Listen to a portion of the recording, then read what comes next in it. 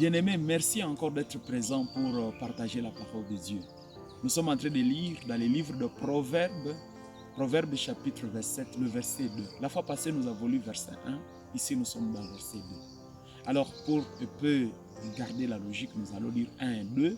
Mais vous allez comprendre que nous allons être beaucoup plus dans les versets 2. La Bible dit ce qui suit. Ne te vante pas de ce qui sera demain, car tu ignores ce qui se produira aujourd'hui. Laisse aux autres le soin de chanter tes louanges et qu'un étranger les fasse plutôt que toi-même. Parole de Dieu. Amen.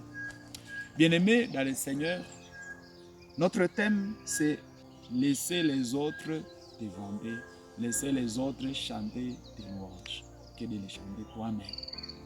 Nous les tirons dans Proverbe 27, le verset 1 et 2, mais ici nous allons beaucoup plus nous atteler sur le verset 2. Alors, bien-aimés, remarquons ceci, tous les hommes ont besoin de paroles d'encouragement, ont besoin de compliments. Mais, bien-aimés, la parole de Dieu nous exhorte à ne pas chanter nous-mêmes notre louange, à ne pas nous-mêmes nous vanter, mais plutôt à nous laisser vanter par les autres. La première partie de ce message, c'est pourquoi est-ce qu'il est important de laisser les autres nous vanter que de nous vanter nous-mêmes. En fait, nous vivons dans un monde égoïste. Nous demander, quand la parole de Dieu nous demande de laisser aux autres vanter nos mérites, comme les hommes sont, excusez, quelquefois égoïstes, quelqu'un peut craindre que ces hommes ignorent les bienfaits que pourtant on a fait et les laissent passer pour malheureusement vanter juste nos faiblesses. Mais ici, la Bible nous exhorte à une pratique de sagesse. Laisser les autres nous vanter, ce n'est pas quelque chose de charnel. C'est quelque chose qui vient de la sagesse de Dieu. Pourquoi? Parce qu'une bonne chose qu'on a fait, quel que soit le mauvais cœur des hommes, elle finit par se vanter elle-même. Voilà pourquoi nous devons avoir confiance en nous-mêmes quand nous avons fait une bonne chose, laisser cette chose se vanter d'elle-même. Et la bonne chose, elle est perceptible aux yeux et de ceux qui nous haïssent et de ceux qui nous aiment. La première partie de ce message, pourquoi est-ce que nous allons laisser, pourquoi est-ce que permettre aux autres de nous vanter que de nous vanter nous-mêmes? Pourquoi est-ce qu'il est important que les autres nous vantent que de nous vanter nous-mêmes? Trois petits tirets que je voudrais souligner vite dans cette méditation. La première chose, quand nous laissons les autres nous vanter, cela était signe de crédibilité. Mais quand nous nous vantons nous-mêmes, ça se traduit un peu comme de l'orgueil, d'ailleurs comme le manque de la sagesse. Bien-aimés dans le Seigneur, laissons les autres nous vanter pour que cela renforce la crédibilité de ce que nous faisons. En effet, les éloges venant d'autrui sont souvent perçus comme objectifs et comme objectif plutôt que l'autoproclamation. L'autoproclamation est souvent perçue comme subjectif. Mais quand la vantardise qui vient des autres, quand les autres nous vantent, cela traduit la crédibilité, mais aussi cela paraît comme objectif. Quand vous lisez certains commentateurs sur ces textes, il y en a ceux qui soutiennent que, d'ailleurs, que ceux qui nous vantent ne soient même pas nos amis, que ceux qui nous vantent soient des personnes loin. D'ailleurs, c'est la partie B de ce texte. La Bible dit, je vais encore le lire, la Bible dit qu'un étranger les fasse plutôt que soi-même. Qu'un étranger les fasse, que quelqu'un qui vient de loin vienne les constater. Parce que la bonne chose, même aux yeux de l'étranger, elle reste la bonne chose. La bonne chose, même aux yeux de ceux qui sont proches, elle reste la bonne chose, quels que soient les sentiments humains d'égoïsme. Laissons-nous vanter par les autres pour renforcer notre crédibilité. Deuxième tiret, c'était signe d'humilité de se laisser vanter par les autres, de laisser les autres parler de nous-mêmes, de laisser les autres nous jeter des éloges. C'était signe d'humilité de se laisser chanter par les autres. Mieux encore, les autres qui ne sont pas nos amis ou nos femmes. Quand nous posons de bonnes choses, ces bonnes choses, c'est faut parler d'elles-mêmes. Et c'est pour cette raison, c'est parfois perçu socialement comme bien, c'est mieux socialement, que ce soit les autres qui viennent vendre les efforts que nous fournissons, que ce soit les autres qui viennent vendre ce que nous avons fait. S'ils ne les vendent pas aujourd'hui, l'histoire vendra ces choses. Donc je suis en train de vouloir exhorter quelqu'un à ne pas avoir peur que les gens ne voient pas ce qu'il fait. Parce que s'ils ne le voient pas aujourd'hui, l'histoire est têtue, l'histoire vendra ce que vous faites. Et si travaillez bien, que ce que vous faites, faites-le de tout votre cœur, non pour les hommes, mais pour Dieu, parce que l'histoire en parlera. L'histoire en parlera. Troisième tiré, évitez l'arrogance. Quand nous laissons les autres vendre ce que nous faisons et pas nous-mêmes, cela nous évite l'orgueil, cela nous évite l'arrogance. Parce que trop parler de soi-même, trop parler de ses qualités, a souvent été perçu comme de l'orgueil. Ou bien alors, cela a souvent traduit un sentiment d'être trop prétentieux. Et si bien aimé dans le Seigneur, la Bible nous exhorte de laisser les autres nous vendre. Dire que moi j'ai des millions, c'est bien, mais ça traduit une sorte d'arrogance. Il y a un proverbe qui dit ceci. Je vais essayer de le traduire parce que c'est dans une des langues locales ici au Congo. On dit que c'est quand les singes montent dans l'arbre qu'on découvre sa nudité. C'est quand les singes essaient de se vanter, essaient de monter dans l'arbre qu'on découvre sa nudité. Mais aussi longtemps que le singe est assis, on ne découvre pas que le singe est nu. C'est quand il monte dans l'arbre qu'on découvre qu'il est nu. Ceci, c'est pour renforcer bien sûr ces proverbes, verset 2, pour nous dire, laissons les autres nous faire monter, que de nous faire monter nous-mêmes. Laissons les autres chanter, nous jeter des éloges, que de nous les jeter nous-mêmes. Parce qu'en voulant nous jeter des éloges, l'homme est comme il est, l'homme couvre même ses faiblesses en les faisant passer pour des forces. Et si bien aimés dans le Seigneur, souvent ceux qui choisissent de trop parler d'eux-mêmes ont souvent manqué même d'écouter les autres. Parce qu'ils sont dans le bruit de leur vantardise. Notre prière, c'est que Dieu vous donne la grâce d'éviter toujours. Faites l'effort de ne pas vous vanter vous-même. Faites des choses parce que même quand on n'en parle pas dans le présent, on en parlera dans le futur. Faites des choses même quand les hommes ne les voient pas, Dieu en parlera. Dieu témoignera de cela. Nous allons trouver dans ce message 4 exemples. Le premier exemple, c'est David. Dieu vante David. Il dit, l'homme, c'est l'homme au cœur. Mais nous tous, nous savons ce que David a dû en tirer.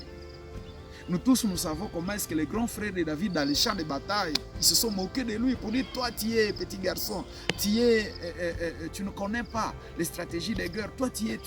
Mais nous savons. Mais Dieu dit, ça, c'est l'homme, c'est l'homme. La deuxième personne que je voudrais nous rappeler comme exemple ce soir, c'est Jésus. Tout le monde, les Juifs ne comprennent pas que Jésus est fils de Dieu. Tout son entourage sait que c'est un fils de Marie. Mais le jour de son baptême, la Bible dit, le Saint-Esprit vient sur lui et du haut des cieux, un témoignage retentit. C'est mon fils bien-aimé à qui je mets toute ma confiance. Dieu peut nous témoigner, Dieu peut nous vanter, Dieu peut nous jeter le flair des éloges que les hommes ne nous ont pas laissés, ne nous ont pas jetés. Dieu peut nous jeter des fleurs que les hommes ne nous ont pas jetés. Dieu témoigne de Job. Dieu vend de Job devant Satan. Dieu dit, est-ce que tu as trouvé Job, mon serviteur? Satan reconnaît même. Il dit, ouais, mais parce que tu lui as donné. Mais Dieu dit, est-ce que tu as trouvé Job, mon serviteur? Dieu sait jeter des éloges à Job. Est-ce que le monde savait à ce temps-là que Job, c'est un serviteur de Dieu sérieux? Est-ce que le monde savait que Job, c'est quelqu'un que Dieu veut vendre de cette manière-là? Bien-aimé, Dieu peut nous vendre là où les hommes ne nous ont pas vendu. Et si donc ne nous vantons pas, faisons des choses, travaillons pour Dieu et laissons que ce que nous avons posé comme action, que cela parle de soi-même. Et si le monde ne le reconnaît pas aujourd'hui, l'histoire en parlera. Si l'histoire n'en parle pas demain, Dieu le fera connaître. Quatrième personne que je choisis aujourd'hui comme un exemple dans ce message, c'est Nathanaël. Jésus n'avait jamais connu Nathanaël avant. Nous sommes en Jean chapitre 1, verset 47 et suivant. Mais quand Jésus voit Nathanaël, il dit, voici l'Israélite à qui il n'y a pas de fraude. Voici un Israélite à qui il n'y a pas de fraude. Tu vois, Jésus vend Nathanaël. Mais est-ce qu'André avait déjà un jour vendu Nathanaël? Est-ce que ces de ce village savaient qu'en lui, il n'y a pas de fraude? Mais Dieu, Jésus a dit, voici, il n'y a pas à lui de fraude.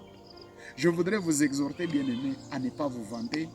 Je voudrais vous exhorter, bien-aimés, à ne pas vous jeter des éloges. Vous êtes intelligent, c'est bien. Vous avez de l'argent, c'est bien. Vous avez ceci, c'est bien. Vous êtes spécial, c'est bien. Vous avez des dons et des talents, c'est bien. Mais notre prière, c'est que travaillez, ne laissez que ce soit les autres qui vous jettent des éloges. Et considérez que même s'ils ne vous les jettent pas, Dieu vous les jettera et l'histoire vous les jettera aussi. La vraie grandeur, la deuxième partie de ce message, la vraie grandeur n'a pas besoin d'être proclamée. Reconnaître qu'on est devenu grand, reconnaître qu'on est devenu riche, reconnaître qu'on a déjà de l'argent, reconnaître qu'on a déjà un statut considérable, c'est bien. Mais cela ne se prouve pas parce que vous avez proclamé ça. La vraie grandeur n'a pas besoin qu'on le proclame. Elle se remarque elle-même. Elle se ressent elle-même. Elle se laisse reconnaître elle-même. Elle se trace les chemins elle-même. Vous n'avez pas besoin de proclamer votre grandeur. Laissez que ce soit les autres qui viennent reconnaître ce que vous êtes. Et si parce que la vraie grandeur ne se laisse pas, la vraie grandeur ne se proclame pas, laissez les autres, soyez calmes, laissez les autres proclamer votre grandeur. C'est un signe d'amour et de collaboration. Laissez les autres proclamer votre grandeur, c'est un signe de confiance aux autres. Vous savez, quand on cherche toujours à parler de soi, quand on cherche toujours à parler de ses qualités, quand on cherche toujours à parler de ce qu'on a, on a une crise de confiance. On ne sait pas que les autres peuvent parler mieux que soi. Laissez les autres parler mieux de vous. Parce que les gens savent que vous êtes là. Les gens savent qui vous êtes. Les gens savent comment vous travaillez. Les gens savent comment vous aidez. Les gens savent. Dans votre famille, les gens savent comment est-ce que vous aidez les autres. Ils savent à quelle dimension. Plus que ce que les hommes peuvent dire, recherchons ce que Dieu peut dire de nous. Ne cherchons pas ce que nous pouvons dire de nous-mêmes. Ne soyons pas peut-être satisfaits de ce que les fans ont dit de nous, mais recherchons le témoignage des cieux. Qu'est-ce que Dieu, quels sont les éloges que Dieu vous a toujours jetés? Qu'est-ce que Dieu a toujours chanté de votre nom? Est-ce que Dieu vous a toujours chanté comme il a chanté Nathanaël? Est-ce que Dieu vous a toujours jeté les éloges comme il les a jetés à Job? Est-ce que Dieu vous a toujours jeté les éloges comme il les a jetés à David? Est-ce que Dieu vous a toujours jeté les éloges comme il a témoigné son propre fils, comme il les a jetés sur son propre fils? Laissez Dieu vous témoigner, laissez Dieu vous jeter les éloges, laissez l'histoire parler de bonnes choses que vous faites. Jamais ne parlez pas de vous-même. Évitez cela de votre langage. Parlez toujours de ce que Dieu peut faire. Parlez toujours, laissez toujours l'histoire parler de ce que vous avez fait. Et laissez aussi, plus que l'histoire, Dieu agréer et parler de ce que vous continuez à faire. Il y a bien des serviteurs qui ont été oubliés dans leur histoire, mais après leur mort, l'histoire les a ressuscités. Il y a bien des serviteurs qui ont été oubliés dans leur ville, dans leur pays, mais après leur dessein, l'histoire les a déterrés. Et ils continuent à vivre aujourd'hui à travers l'histoire. Il y a bien des choses que même l'histoire a été falsifiée pour qu'on les oublie. Mais Dieu ne les a pas oubliés. L'encre d'or les a écrits. À travers des familles, ils continuent à parler qu'ils avaient existé. Parce qu'ils avaient travaillé, non pas pour se satisfaire, mais pour satisfaire Dieu, c'est-à-dire pour chercher la volonté de Dieu. Et Dieu a fait marquer leur histoire par l'encre d'or, même malgré le contre-succès, malgré les ennemis, malgré les adversaires. Dieu a marqué leurs empreintes, même quand ils n'étaient plus. Nous prions que Dieu vous bénisse.